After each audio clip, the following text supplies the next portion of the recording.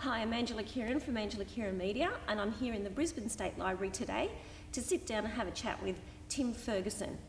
Tim is the former comedian from the Doug Anthony All-Stars. He's an author and is now teaching comedy masterclasses for people who want to learn how to perform comedy, stand-up comedy.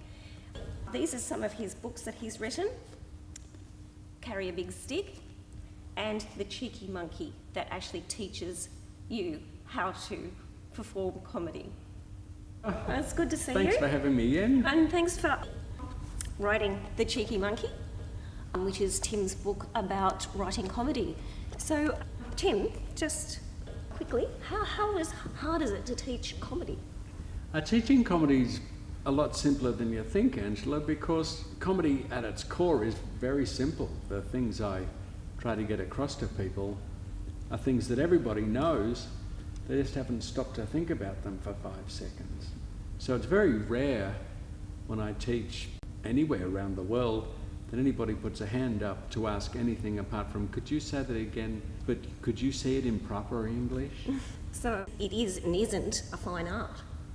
Oh, definitely it's more of a craft. An art is kind of a different thing. An art is where you can have various different schools operating from the same principle, whereas a craft is more like pottery.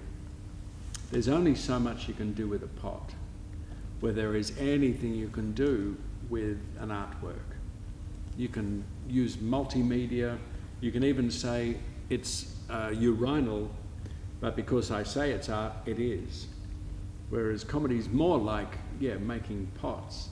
It's a limited craft, and that's what makes it easy to teach. So that's really interesting. And you've got a long history in the industry, going back to the 90s. I think I was very, very young when the Doug Anthony All-Stars came out on the television. And tell us about how that experience was, getting into TV and becoming who you are today. Oh man, we were just buskers, and it was Richard Feidler's idea to go to Edinburgh, and we thought, well, why not, we were young and stupid and cocky. We gave it a go, and people who were running the venues there had given us a room at the end of the festival, but they changed their minds. They said, look, this is pretty good, and the things opened up at lunchtimes, so why don't you do that? So we were playing to tiny audiences of 5 people who we dragged in. Things took off from there because word spread. The act it may not have been great, but the Doug Anthony All-Stars were not like anyone else on the fringe. So you might have said, look, it's not funny and it's not at all pleasant, but it's not like anything else. You've got to see it. The first thing that happened really over there was that we didn't really know what we were doing, or we didn't really have any idea what the effect was. We'd never really done much TV apart from little bits, but all of a sudden, when you got an audience of millions, suddenly everything changes overnight. And we were only still young and stupid in our very early 20s. So it was a bit of a rush, but after the initial rush, you're in the bubble, so you just have to make it work. I'm particularly impressed by how you 3 harmonise together with your vocals and the choreography of the act. So how did you learn how to do all that? I just had a good harmony teacher at school, a lady called Margaret at Free School Without Walls, who just had a really good system of getting it into our heads.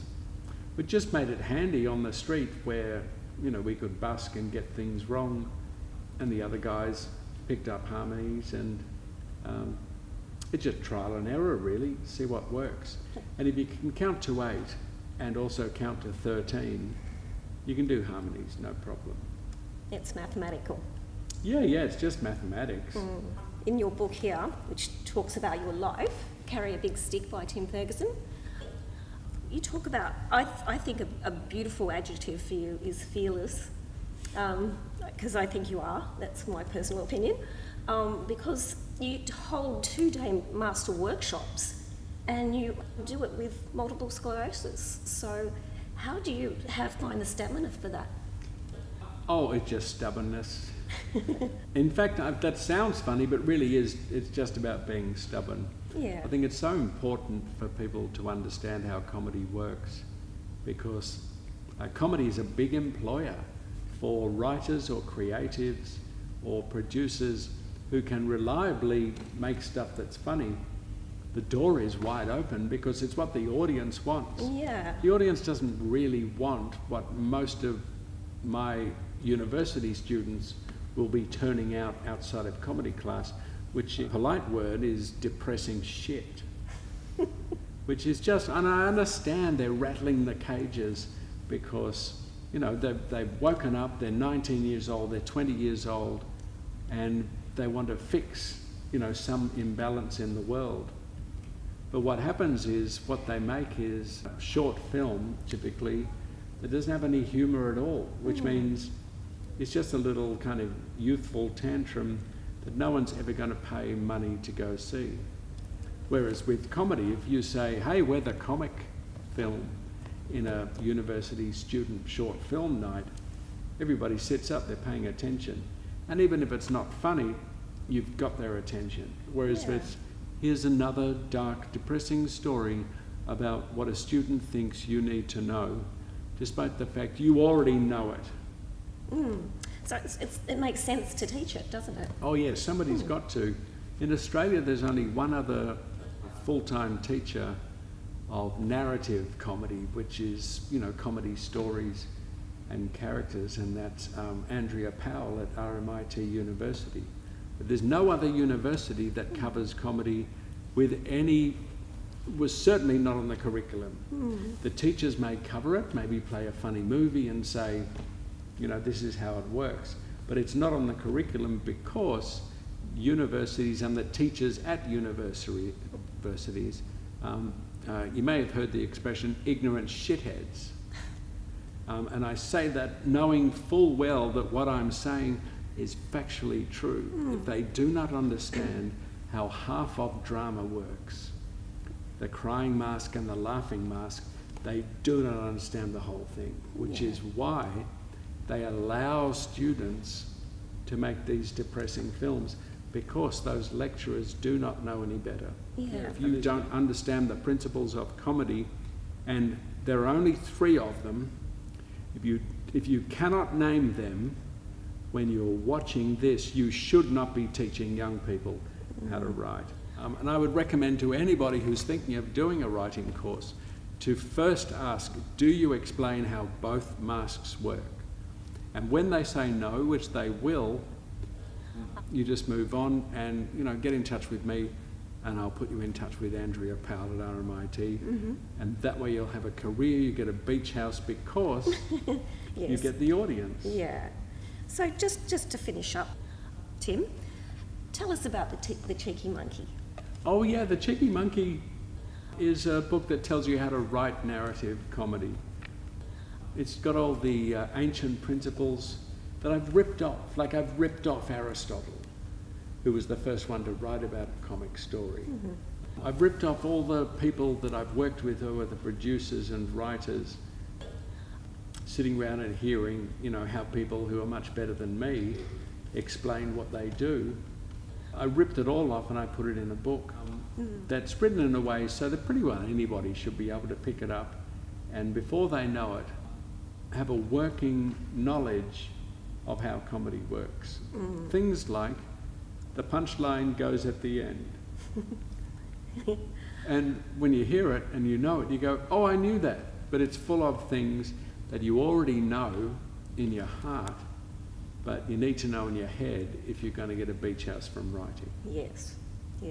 So you've heard it all here from Tim Ferguson himself, and go out and get The Cheeky Monkey.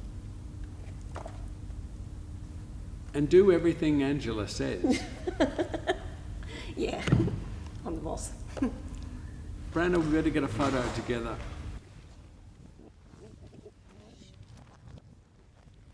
While the lighting's good.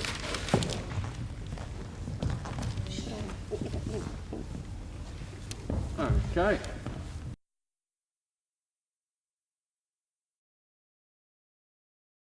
interested in what you do. Can you tell us about structure, more about structure as Oh, well? great. I I'm know doing that's 3 acts. probably a bit more dry, but you know, I think. Oh, bugger 'em, they've just had lunch. They can deal with it. And you've been doing the course, like it's not that hard. I mean, you should be able to understand everything I'm saying. Yeah, yeah. You know, there's no point where you go, well, now I'm completely in the weeds, because it's so dumb ass simple. It's wide open. It doesn't tell you exactly what to do. It just says, if you do this, it works. Yeah, yeah.